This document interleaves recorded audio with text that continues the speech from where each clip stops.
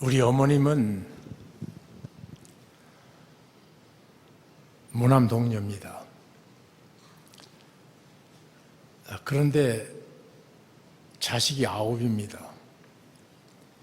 이번 명절에 모았더니 한 40여 명 모았는데 모두 외국 나가 있는 아이들까지 다 모인다면 60 몇 명이 된다고 합니다.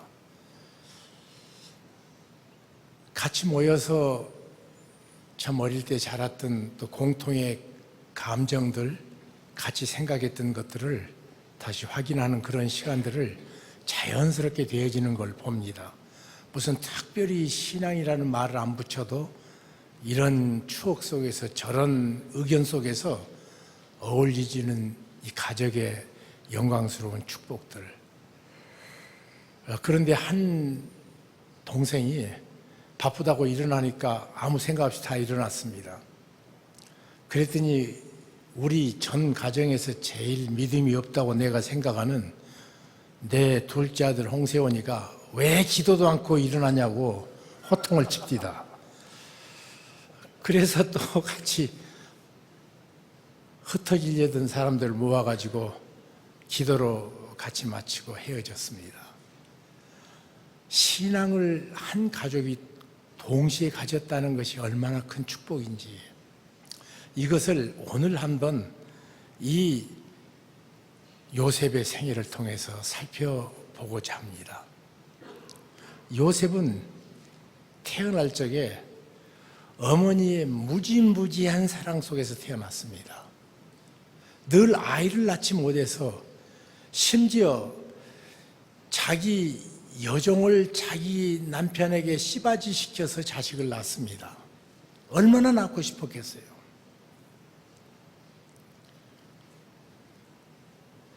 저희 여동생 둘이 미국 가서 살면서 둘째 여동생은 자기는 원래 홍대 조속과를 나왔습니다. 조속과 입학을 하니까 우리 아버지께서 말씀하시기를 너는 왜 공부를 해도 우상을 만드는 것을 했냐 그러니까 울어버렸습니다. 그냥 그런 우리 가족의 몰 이해 속에서 자라가지고 미국 가서 피바디에 가서 공부를 다시 계속을 한다고 생각을 해서 글쎄 아이 낳는 것을 뒤로 늦추기 시작을 했단 말이에요.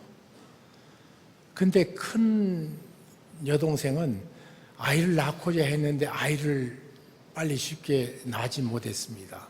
12년인가 그렇게 된 다음에요. 동생이 아이를 낳으니까요.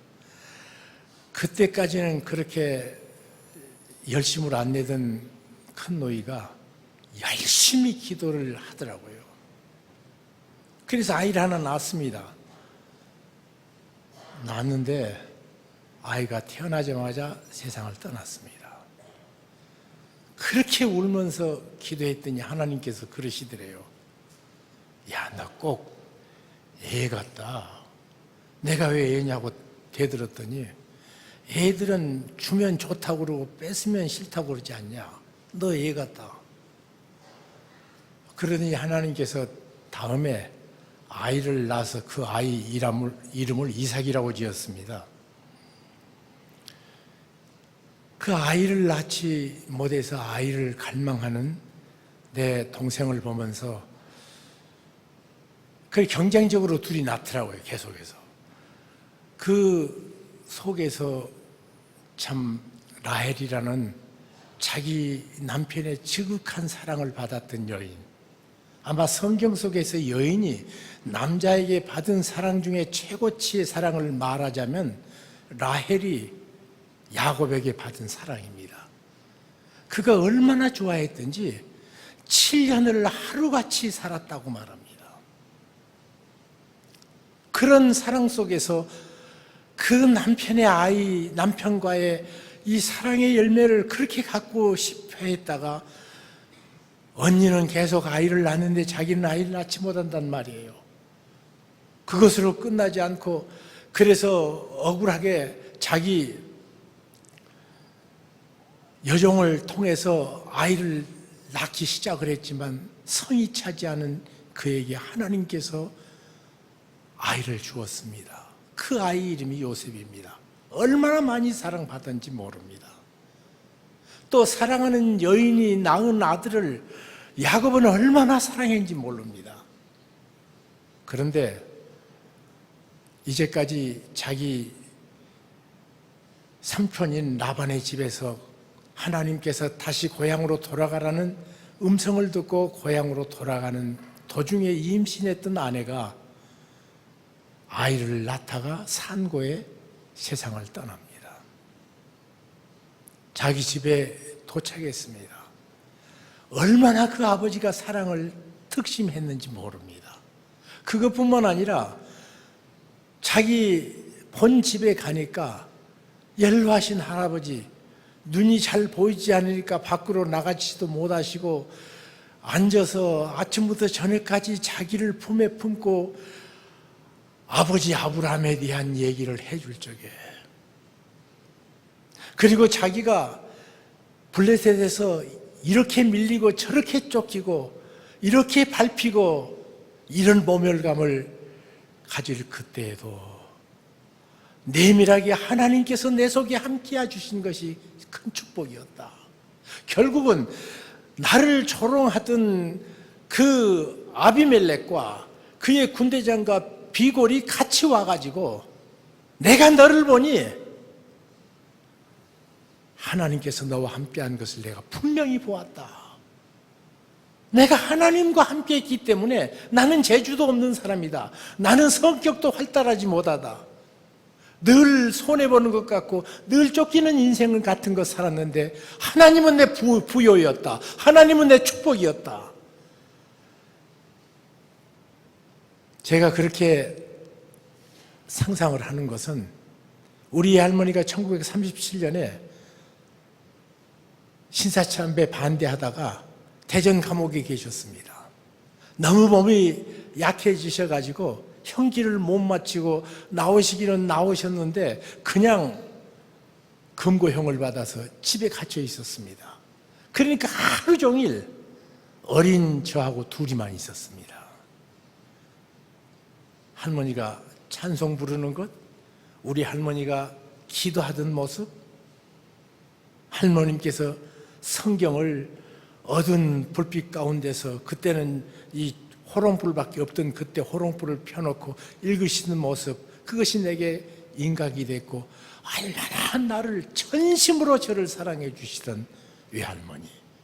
왜냐하면 그분이 아들을 못 낳아가지고 딸 하나 낳는데 그것도 마음에 들지 않는 것이 예수 믿고 예수 믿는 것까지 그래도 어떻게 견디고 있는데 어느 날 갑자기 3.1운동이 나니까 교인들하고 같이 만세 하러 나갔다가 그냥 냅다 주재소에 가서 하루 잡혀 있다가 훈방 받아서 아이 있다고 그래서 훈방 받아갔는데 내쫓아서 선교사들의 구조를 받고 살아나셨던 삶. 먼저 두 아이는 유산을 하고 하나 난 것이 딸이라고 쫓겨났던 우리 할머니가 첫 손주가 나니까 얼마나 귀했겠어요.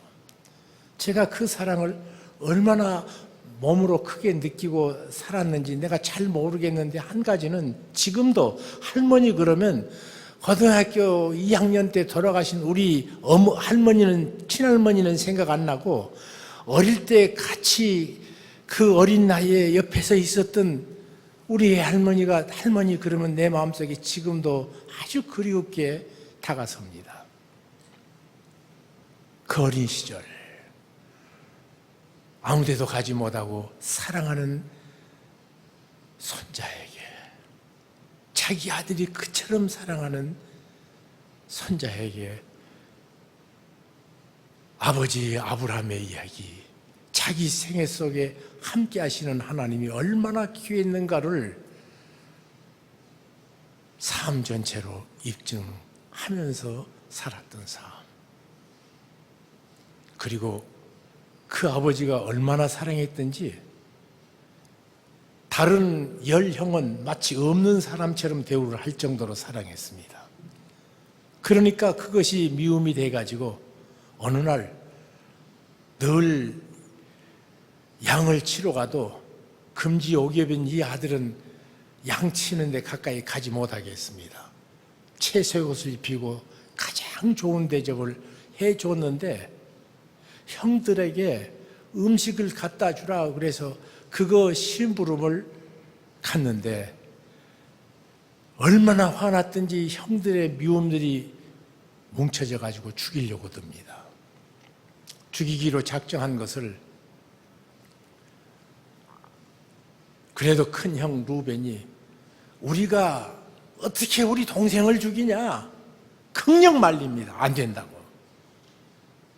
그래가지고 마침 에집트로 가는 대상들에게 노예로 동생을 팔아버리고 그리고는 그의 채석옷에다가 짐승 피를 잡아서 짐승이 갈갈이 먹어버렸는지 요거밖에 안 남았다고 아버지에게 갖다 주었습니다. 그 다음에 아버지의 비참함이라는 것은 비통함이라는 것은 말이 아니었습니다.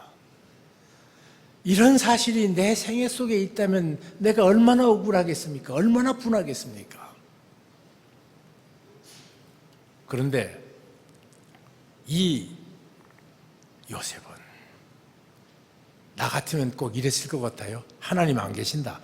하나님 계신다면 이 세상에서 유일하게 우리 가정밖에 예배 드리는 가정이 없는데 하나님이 계시면 이런 일이 있을 수 있는가? 이 의문은 우리가 힘들고 어려울 때마다 내게 계속 되어지는 질문입니다. 하나님이 살아계신다면 이런 일이 있을 수 있는가? 이런 일들은 간헐적으로 적은 모습으로 그 실망 때문에 나타나는 여러 가지 증자들이 있습니다. 예수 오래 믿다가 믿지 않는 사람 가보면 교회는 이손자밖에 없어서 안 믿겠다 그럽니다. 처음 전도하러 나가면 예수 믿는 것들이 삶이 돼 먹었어야지 이렇게 많은 사람들이 얘기합니다. 그것이 오늘날 우리 한국 성도들의 모습 중에 하나입니다.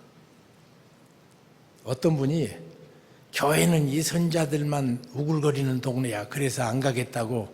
그러니까 D.L. 무디라는 전도자가 그렇게 얘기합니다.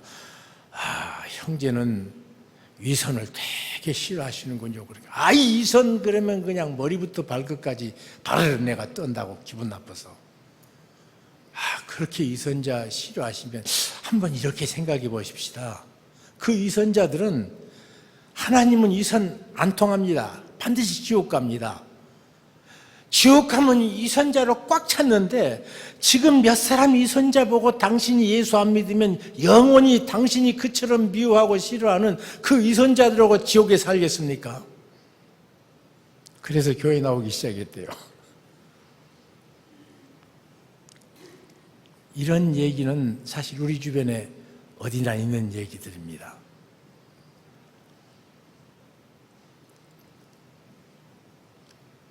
아브라함은 이삭에게 하나님과 동행하는 산 믿음을 유산으로 물려줬고, 이삭은 야곱에게 내가 어디로 가든지 너와 함께 하겠다, 통행하시는 하나님, 그 삶으로 만났던 하나님이십니다. 어디로 가든지 내가 약속한 것은 반드시 이룬다. 너를 향한 놀라운 약속을 반드시 펼친다. 과정은 어떻든지 반드시 너에게 놀라운 계획이 내 인생에 있다. 내 청사진이 너한테 있다. 그래서 그는 그렇게 살았던 삶을 전수받은 그는 지금은 당하는 형들의 이 악이, 형들의 이 참 살기에 가득 찬 무시무시한 흉계들, 인간적으로 보면 뒤돌아보기도 싫을 정도로 아픔일 텐데 그는 하나님만 의지해서 에집트로 갑니다. 그랬던 것은 그 다음 삶을 보면 확실합니다. 그가 보디발이라는 장군 가정의 노예로 팔렸습니다. 얼마나 성실했든지 이 젊은 청년을 보디발이 어느 날 부르더니 내가 너처럼 진실하고 복되고 귀한 인생을 사는 사람 처음 봤다.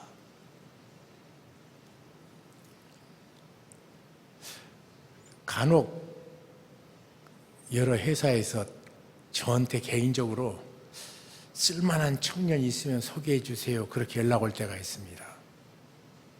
아니, 그렇게 대학생들이 많이 쏟아져 나오고 그렇게 일자리가 없어서들 안달복달인데 사람을 나보고 구해달라고 그럽니까? 그러면 쓸만한 사람들이 있어야지요.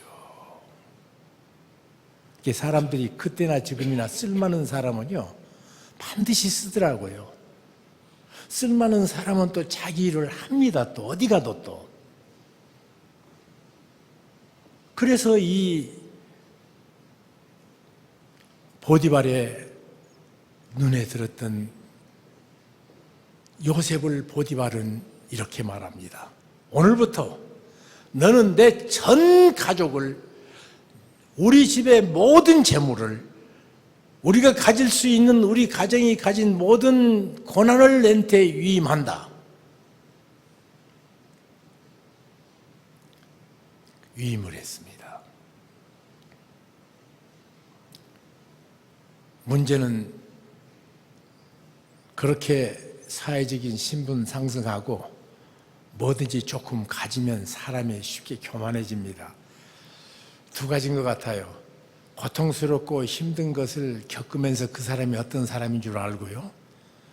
진짜로 무서운 유혹은 성공했을 때 유혹은 훨씬 큽니다. 그래서 저는 좀 잘됐다 싶으면 돌아보기 시작합니다. 어디 내 삶이 지금까지 살았던 삶의 형태와 달라지는 모습이 없는가? 그거 살피느라고. 가졌다 그러면 가진 것이 도무지 내 영혼하고 내 인격하고 무슨 상관이 있어요? 사람들이 어떤 직책을 주어서 그 직책의 권한이 내게 주어진 것하고 내 인격하고 무슨 상관이 있냐고요. 그래서 그때마다 옷깃을 여미면서 내 삶 속에 잘못된 모습은 없는가를 늘 살핍니다. 이게 잘못되고 실패할 때는 쉽습니다. 오히려 힘들고 어려울 때는 그것만 이기면 될 것 같아서 소망이라도 있는데 잘 됐다가 무너지면 대책이 없더라고요. 보면 최순실이가 박 대통령 됐을 적이 얼마나 좋았겠어요. 얼마나 좋았겠어요.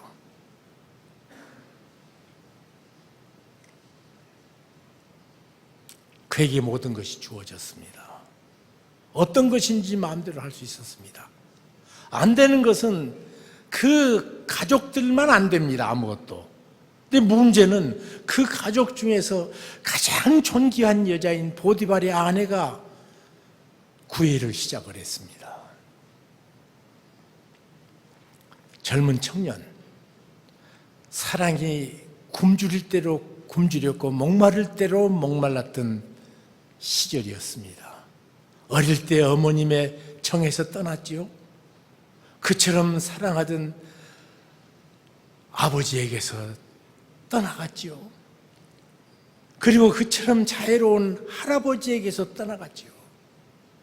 정이 완전히 차단된 데서 하나님 한 분만 의지하고 가다가 모든 것이 주어졌는데 하필 그 집의 가장 존귀한 여자가 그를 유혹하기 시작했습니다. 어느 날은 너무 결정적으로 덤벼드니까 우통을 벗어버리고 도망 나갑니다. 그랬으면 상 받아야죠. 그랬으면 칭송을 드려야 되죠. 그런데 그러지 못한 채 그는 도리어 누명을 쓰고 감옥에 갔습니다. 그러면 이렇게 말해야 됩니다. 젊을 때야 신앙을 우리 가정에 받았다가 하나님 함께 하시는 것이 가장 큰 축복이다. 그걸 배웠기 때문에 떠나서 그 어려운 계절은 보냈지만 주어지면 하나님보다 주어진 것이 더 복스럽고 사랑스럽고 아름다워지고 우리 마음을 뺏는 경우가 많거든요. 그런데 거기서 가장 목말랐던 것이 정이란 말이에요. 그 여인의 유혹까지 하나님의 말씀으로 승리를 했는데 기껏 그가 가는 곳은 가장 어려운 왕의 감옥에 갇혀버리고 말았습니다. 왕의 감옥은 연한이 없습니다. 거기서 평생 왕이 나와라 그러지 않으면 죽어야 됩니다. 그런 고통스러운 감옥이 왕의 감옥입니다. 그는 그 여인의 유혹 앞에 아무도 보지 않는다 말할 때 그는 이렇게 말합니다. 내가 어찌 이 악을 행하여 하나님의 목전에서 득죄하리요.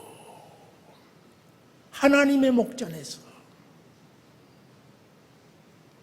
그는 그러니까 아버지 집에 있을 때도 하나님의 목전에 살았습니다. 형들에게 그처럼 죽임을 받는 그 지경에도 그는 하나님의 목전에 있었습니다. 그는 팔려갈 적에도 하나님의 눈앞에서 그 인생이 사라졌습니다. 그것으로 끝나지 않습니다. 한 걸음 더 나갑니다. 자기 생애 가장 달콤한 유혹, 요즘 청년들이 가장 힘들어하는 그 유혹 앞에서도 하나님의 목전에 있었습니다. 우리가 인생을 살아갑니다. 살아가면서 우리 앞에 당한 모든 시험, 모든 어려움을 이길 수 있는 유일한 한 자리가 있다면 하나님의 목전입니다. 많은 그리스도인들이 신앙의 자리에 무너지는 가장 큰 이유는 오늘 또 나를 보시는 하나님의 목전에서 내가 피했다고 착각합니다. 하나님의 목전에서. 그는 그것으로 끝나지 않습니다. 왕의 감옥에서도 그 하나님의 목전에 살았더니 글쎄 감옥의 간수장이 이 요셉을 깊이 신뢰하고 긍휼과 자비를 베풉니다. 물론 성경에 여호와 하나님께서 전옥에게 귀히 여김을 받게 하셨다 그렇게 성경은 쓰여 있습니다. 하나님께서 사랑할 자를 사랑하게 만드시고 귀한 것을 귀한 자로 보게 그 간수장의 눈을 열어주신 거죠. 왕의 감옥인지라 왕에게 이 반역죄를 지은 사람들이 거기 모두 이제 그런 혐의 있는 사람이 오는 건데 술 맡은 간원하고 떡 맡은 간원이 이제 꿈을 꿨단 말이에요. 꿈을 꿨는데 두 사람 술 맡은 간원이 자기 꿈을 가지고 나오니까 여호와 하나님께서 당신을 7일 후에 여기서 내보낸다고 하셨다. 이 꿈은 이런 해석이 가능하다. 그랬습니다. 그랬는데 또 옆에 있는 떡 맡은 간원이 그 해몽을 좋게 보고 그래 난 어떠냐 그러니까 그 꿈을 듣더니 당신은 일주일 후에 목이 베어져서 죽임을 당케 될 거라고. 술 맡은 관은 나갔고 그대로 됐습니다. 나갈 때 무죄한 내가 여기 감옥에 있다는 사실을 바로에게 고해달라고 신신당부하니까 내가 반드시 그런다고 말했습니다. 그런데 나가자마자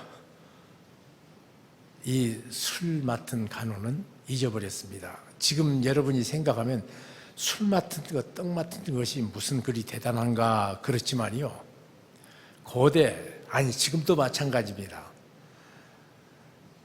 권력이라는 것은 어떻게 권력자 주변에 가까이 있는가가 권력입니다.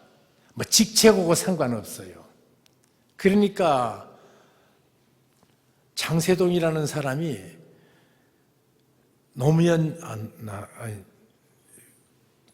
전두환 대통령 옆에 가장 가까이 있었기 때문에 사실은 무슨 장관이고 차관이고 총리고 상관없어요.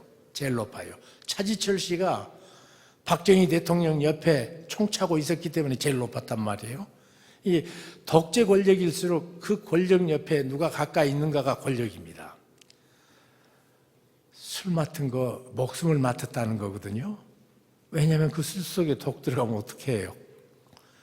왕의 자리가 제일 두려워하는 것은 독살인데 그 독살을 맡은 일, 술 맡고 떡 맡은 이 간원 높이 늘 왕 옆에 왕과 대화할 수 있고 왕에게 직보할 수 있는 자리. 그러니까 우리 시대에는 문고리 3인방이라는 사람이 누구도 넘어가지 못하게 했다고 그래요. 누구도. 도대체 그 친구가 뭐 하던 사람인지도 모르는데 어느 날 갑자기 최고 권력이더라고요. 제가 박근혜 대통령한테 편지를 썼는데 보냈더니요, 옆에서 다 그래요. 문고리 3인방 절대로 못 넘어간다고. 그래서 공개로 편지를 돌렸습니다, 제가. 나라 그래서 안 된다고. 정말 중심으로 이제 우리야 뭘 바랄 거 있어요. 우리 손주들에게 어떻게 좋은 나라가 되어야 되는가. 이것이 목표인데 문고리 3인방에 모두 걸려가지고 다 넘어졌단 말이에요. 이 권력이라는 것은 그렇습니다. 잊어버렸어요. 이 술 맡은 간호는 잊어버렸지만 하나님은 잊어버리지 아니하셨습니다. 2년 후입니다. 왕이 꿈을 꿨는데 반복되는 꿈이 너무 생생해서 이 꿈의 비밀을 해석하지 못하고는 한 걸음도 나갈 수 없을 정도로 깊은 근심하게 됐습니다. 모든 사람들을 불러서 의견을 청취해도 도무지 답이 없는 거예요. 그때 술 맡은 간원이 자기가 감옥 속에 있던 일이 생각나서 얘기를 하기 시작합니다. 왕이시여, 2년 전 제가 감옥에 있었습니다. 그 감옥에서 사실은 한 젊은 청년을 만났는데 정말 똑똑하고 정말로 정직하고 감옥에서도 모든 사람에게 칭송을 듣는 아이였습니다. 참 우리나라에도요, 감옥에 있는 죄수로서 오히려 감옥 밖에 있는 사람에게 존경받는 사람이 일제시대 꽤 있었습니다. 그 중에 하나가 안중근 의사예요. 안중근 의사가 25밖에 안 됐으니까 어린 나이 아닙니까? 그런데 그 간수, 그 옆에서 너무 존경스러워서 평생 마음으로 그분에게 경주하면서 제사를 드렸답니다. 돌아가신 다음에. 손양원 목사님, 뭐라고 기도하는 거예요? 하나님, 나는 몸이 적기 때문에 잠자리도 적고 또 먹는 음식 양도 적어서 하나님 감사합니다. 이 감옥에 적은 이불인데 이불 한 쪽이라도 다른 사람에게 도와줄 수 있고, 나는 위장이 적기 때문에 내가 조금 먹고 다른 사람에게 이 감옥 음식이라도 나눠줄 수 있게 해주셔서 감사합니다. 그랬는데 일본 간수들이 정말로 존경했대요. 제가 이 감옥에 있는 사람이요, 법정에서 진술한 진술 중에 가장 하여튼 호쾌로운 진술이 있다면 손양호 목사님 진술입니다. 대일본 제국을 꾸중하는 젊은 전도사 손양원, 그 기계예요. 일본 간수들이 존경했답니다.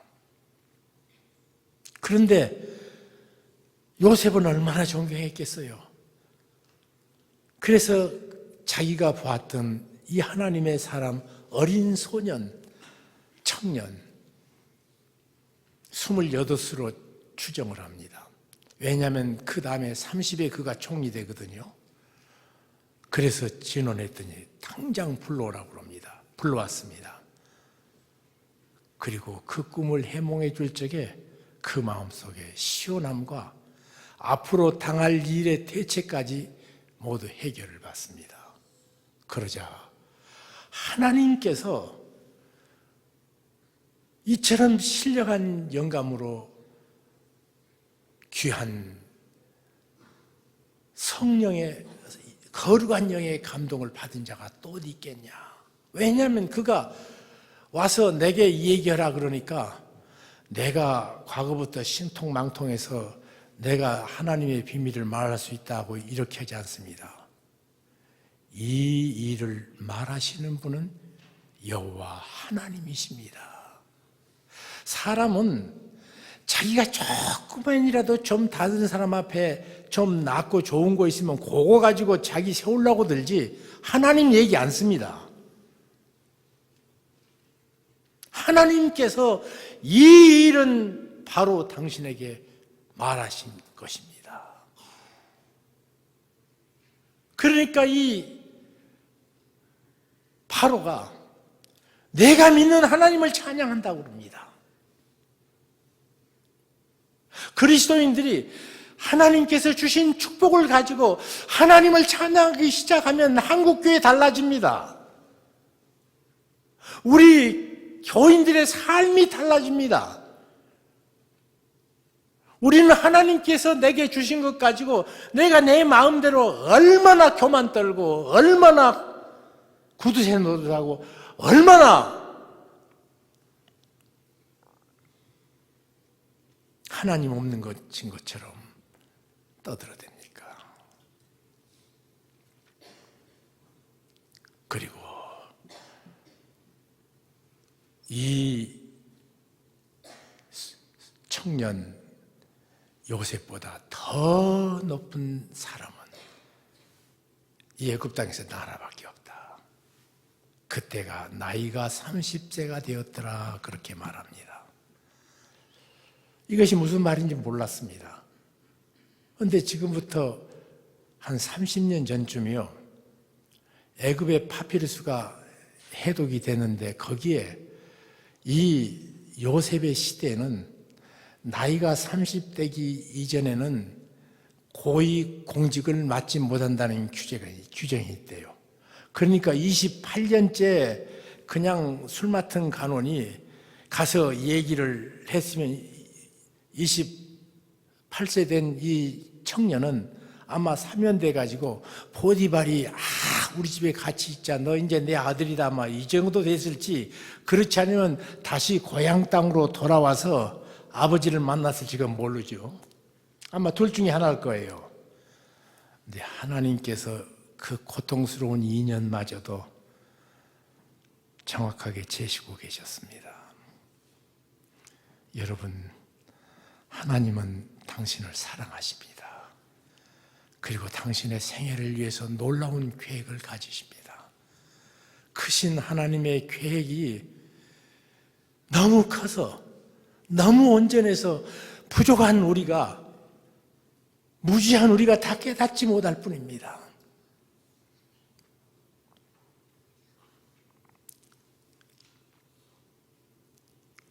그리고 그에게 주어진 애굽의 모든 영광, 모든 축복, 그가 다 누렸습니다.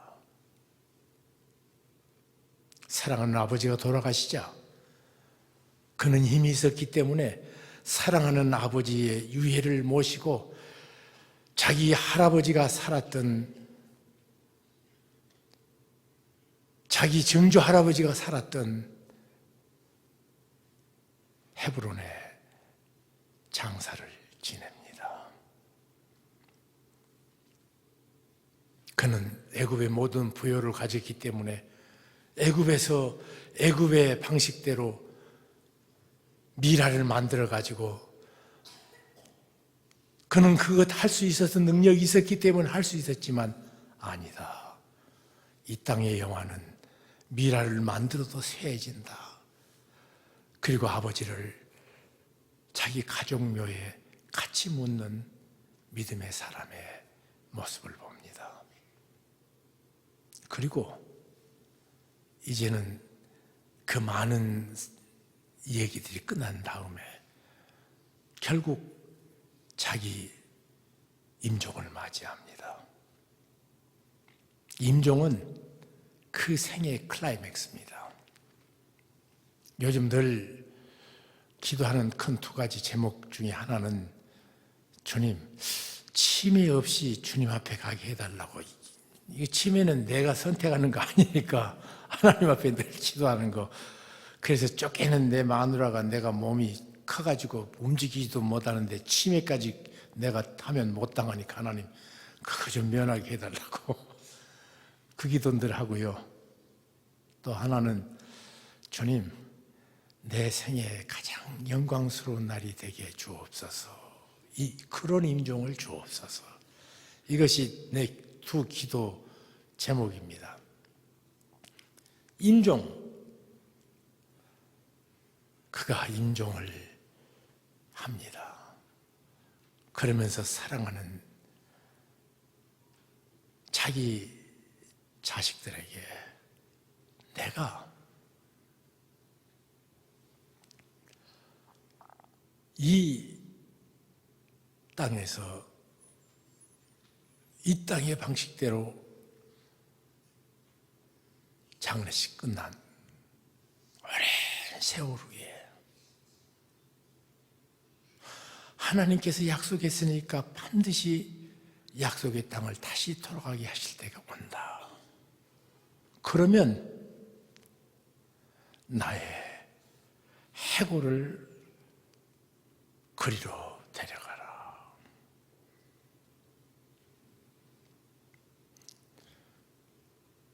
이 헤브론 땅, 자기 아버지 집은 그에게는 실패의 땅,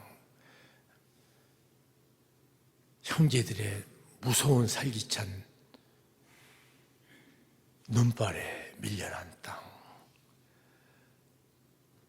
슬픔과 고통과 아픔이 있었던 땅입니다. 그리고 그가 지금 살고 있는 에집트는 승리의 땅입니다. 영광의 땅입니다. 거기서는 자기보다 높은 사람이 왕밖에 없습니다. 그것도 인류 2대 강국 중에 하나인 이 바로 다음 자리, 바로마저도 그를 존경해서 그에게 함부로 말 못하는 그런 영광의 땅입니다. 그런 영광 앞에서 이 땅의 것은 지나가는 거다. 마지막에 있어야 될 것은 살아계신 하나님,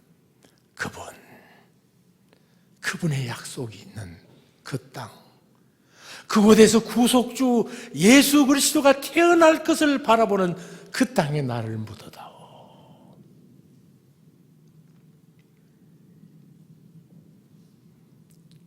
어떤 것이 가장 최고의 가치인 줄 알았던 하나님의 사람.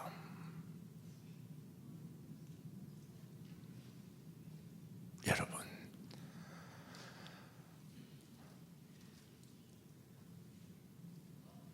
하나님은 살아계신 하나님이십니다. 나와 함께 하신 하나님이십니다. 그의 눈을 피할 데가 없다고 말합니다. 그 눈앞에 살면서 하나님의 눈앞에서 숨길 수 있다고 착각하는 인생. 하나님께서 내 삶에 놀라운 계획을 가졌는데 그 영광스러운 계획을 보지 못하기 때문에 이리 몸을 비틀고 저리 몸을 비틀고 그러면서 하나님을 쉽게 원망하고 믿음이 그때 필요할 적에 믿음을 파산해서 하나님께서 나를 향한 그 놀라운 영광스러움을 내 삶에 이루지 못하도록 동굴 속에 숨어버리는 내 모습. 오늘 이 시간 요셉의 삶은 제가 이렇게 추적해 보니까요, 이런 삶은 내가 못 살겠다. 어떻게 이렇게 사냐? 어떻게 이렇게 사냐? 이런 영광스러운 삶을 어느 한 단면을 잘라도 고통을 받아도 시종예일하게 향기가 진동하고 이 향나무는요 그대로 놔둬도 향기가 나고 톱으로 썰어도 향기가 나고요 도끼로 찍어도 난단 말이에요. 불을 태워도 향기가 나요. 살아있는 신앙은 그렇단 말이에요. 내 어디 가서 헤매시고 계십니까? 내 영혼은 어디 가서 발을 떨고 있습니까? 외롭게. 그분이 오늘 이 시간에 너는 내게로 나오라고 말씀하십니다. 내가 아브라함 하나님이거든. 내가 이삭의 하나님이야. 내가 야곱의 하나님이라고. 그리고 내가 요셉의 하나님이야. 생의 어떤 단면을 잘라봐도 아름답고 나타난 면 어느 모습을 봐도 추한 데가 없는 하나님의 사람 요셉. 오늘 우리가 이 순전한 믿음을 사모하며 눈앞에 보이는 자기가 쌓아놓은 이 엄청난 업적마저도 하나님의 약속에 비하면 쓰레기밖에 안 된다는 현재의 고난마저도 나타날 영광과 좋게 비교할 수 없는 하나님의 놀라운 은총, 우리가 다시 삼하고 회복하는 은총의 삶으로 주님 앞에 부름을 받는 그런 놀라운 축복의 삶. 그 삶이 이스라엘 사람들로 하여금 지금도 이스라엘 사람들은 우리 하나님은 아브라함의 하나님이고 우리 하나님은 이삭의 하나님이고 아우슈비츠 수용소 들어가서도 우리 하나님은 요셉의 하나님이라고. 그 민족이 어떻게 망할 수 있어요? 그렇게 살았던 그 가족의 통해서 삶을 통해서 전수받은 그 신앙. 유태인이라는 도무지 설명불능의 종족이 이 땅에 사는 이유는 그 친구들이 설명불능하니라 그가 믿었던 하나님이 설명불능이셔요. 그 하나님의 은혜 우리 가족들 가문을 통해서 계속 이어나가는 은총이 있기를 주님의 이름으로 축복합니다. 기도하겠습니다.